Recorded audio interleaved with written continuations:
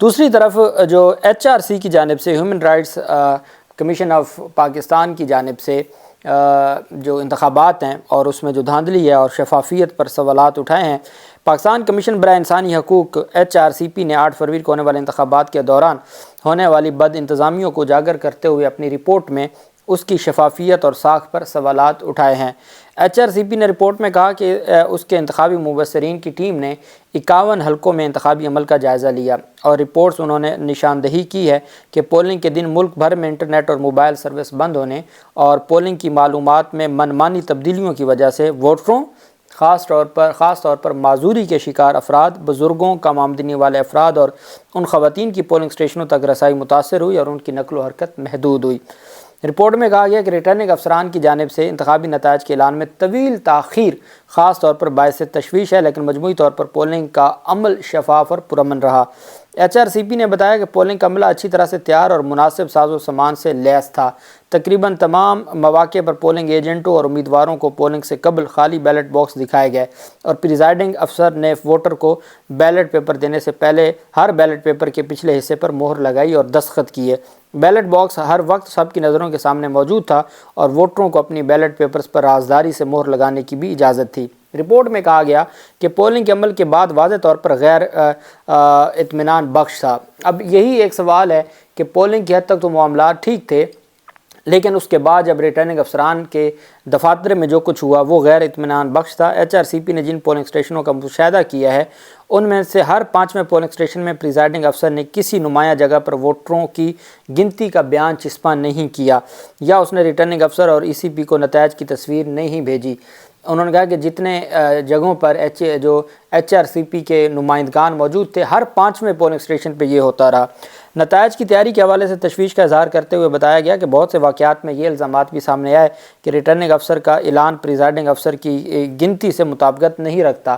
تشویشناک بات یہ ہے کہ ایسی اطلاعات بھی سامنے آئیں کہ امیدواروں، پولنگ ایجنٹوں اور مبصرین کو عبوری نتائج کی تیاری کے عمل کا جائزہ لینے کی بھی اجازت نہ دی گئی۔ HRCP نے اپنے مبصرین کی رپورٹس کے پیش نظر سفارش کی ہے کہ ایک پارلیمانی باڈی کی نگرانی میں 2024 کے انتخابات کی آزادانہ تحقیقات کی جائے، اور تجویز ہے کہ سیکیورٹی اور انٹیلیجنس ایجنسیوں کا انتخابی عمل یا اس کے نتائج کے انتظام میں کوئی کردار نہیں ہونا چاہیے۔ رپورٹ میں بتایا گیا کہ پارلیمنٹ کو نگران حکومت کی اسکیم کی افادیت پر بھی بحث کرنی چاہیے۔ پولنگ کے دن اور پولنگ ختم ہونے کے بعد موبائل اور انٹرنیٹ سروسز بلا رکاوٹ دستیاب ہونی چاہیے۔ مزید کہا کہ الیکشن کمیشن آف پاکستان کو الیکشنز ایکٹ 2017 کے مطابق فارم 45، 46، 48 اور 49 شائع کر دینے چاہیے۔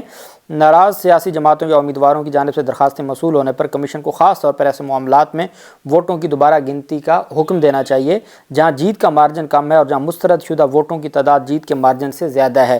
HRCP نے کہا کہ 2024 کے انتخابات کی شفافیت پر نہ صرف الیکشن کمیشن میں اہلیت کی کمی تھی، بلکہ غیر جمہوری حلقوں کے مسلسل دباؤ اور نگران حکومت کے قابل اعتراض فیصلوں، جس کی HRCP نے گزشتہ سال بارہا نشاندہی کی وجہ سے بھی سمجھوتا کیا گیا۔ رپورٹ میں کہا گیا کہ اب تمام فریقین کے لیے ضروری ہے کہ وہ مستقل، بامانی اور جامع سیاسی بات چیت کے ذریعے اجتماعی طور پر سویلین بالادستی برقرار رکھیں اور اس کی حفاظت کریں۔ در حقیقت ان انتخابات کا سب سے بڑا نقصان کسی ایک فرد یا سیاسی جماعت کا نہیں، بلکہ جمہوری اقدار، قانون کی حکمرانی اور عام لوگوں کی امنگوں کا ہے۔ یہ human rights commission of Pakistan کی جانب سے جاری کی گئی ہے اسٹیٹمنٹ انتخابات کے حوالے سے۔ دوسری طرف جو اہم پیش رفت سامنے آئی ہے وہ سابق کمشنر راولپنڈی جو لیاقت چٹھا تھے، ان کے PA کے گھر جو ہے وہ چھاپہ مار کارروائی کی گئی۔ پولیس کے مطابق چھاپہ علی پور چٹھا میں اشفاق تارڑ کی رہائش گاہ پر مارا گیا۔ یہ پرائیویٹ سیکرٹری تھے اور چھاپے کے دوران گھر میں موجود اشفاق تارڑ کے برادر نسبتی کو حراست میں لے لیا گیا۔ اشفاق تارڑ کی اہلیہ نے کہا ہے کہ پولیس بیرونی دروازے کے تالے توڑ کر گھر میں داخل ہوئی، گھر کی تلاشی لی اور جو کاغذات ملے وہ قبضے میں لے لیے۔ انہوں نے بتایا کہ پولیس نے ہم سب گھر والوں کے موبائل فون بھی قبضے میں لیے ہیں۔ ان کا کہنا تھا کہ اشفاق تارڑ محکمہ معدنیات میں ملازم ہیں جو لیاقت چٹھا کے ساتھ PA کے طور پر کام کر رہے تھے۔ دوسری جانب جو میڈیا ذرائع کا کہنا ہے کہ ہم نے جب رابطہ کیا تو علی پور چٹھا کی جو پولیس سے اس نے تصدیق کی ہے کہ چھاپہ مار کارروائی کی گئی ہے۔ دوسری جانب صحافی یہ بھی کہہ رہے ہیں کہ لاہور میں اور گجرانوالہ میں جو لیاقت علی چٹھا ہے اس کے گھر پر بھی کوئی چھاپہ مار کارروائی کی گئی ہے۔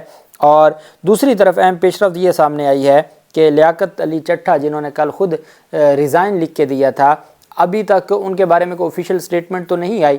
میڈیا کا کہنا ہے کہ ان کو گرفتار کر لیا گیا تھا، چونکہ وہ کل کی پریس کانفرنس کے بعد ان کا کوئی معلوم نہیں ہے. اور الٹیمیٹ جب ان کی فیملی کے لوگوں یا ان کے گھر پر چھاپہ مار کارروائی کی گئی ہے تو اس کا مطلب ہے کہ وہ حراست میں ہے اور جو بھی ایف آئی آر یا جو بھی کارروائی ہے وہ جاری ہوگی.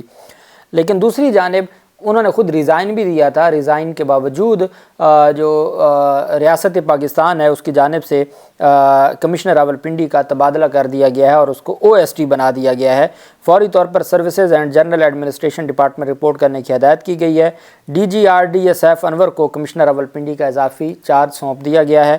کمشنر راولپنڈی لیاقت علی چٹھا کو جو کمشنر کے عہدے سے ہٹا دیا گیا ہے اور اس کو ہٹانے کے بعد او ایس ڈی کر دیا گیا ہے اور اس کو جو ڈپارٹمنٹ میں رپورٹ کرنے کا حکم دیا گیا ہے، جبکہ ان کی جگہ پر نئے ایس ڈی او کو تعینات کیا، نئے کمشنر کو تعینات کیا گیا جو D G R D A ہیں سیف انور، ان کو کمشنر راولپنڈی کا اضافی چارج دیا گیا ہے. اب حالانکہ کل انہوں نے خود استعفیٰ دے دیا تھا، لیکن اس کے باوجود اتھارٹیز نے باقاعدہ طور پر یہ نوٹیفیکیشن جاری کی ہے جس میں ان کو عہدے سے ہٹانے کا اور نیا کمشنر تعینات کرنے کا نوٹیفیکیشن جاری کیا گیا ہے. اللہ پاک پاکستان کا حامی و ناصر ہو. بہت شکریہ. اللہ حافظ. پاکستان زندہ باد.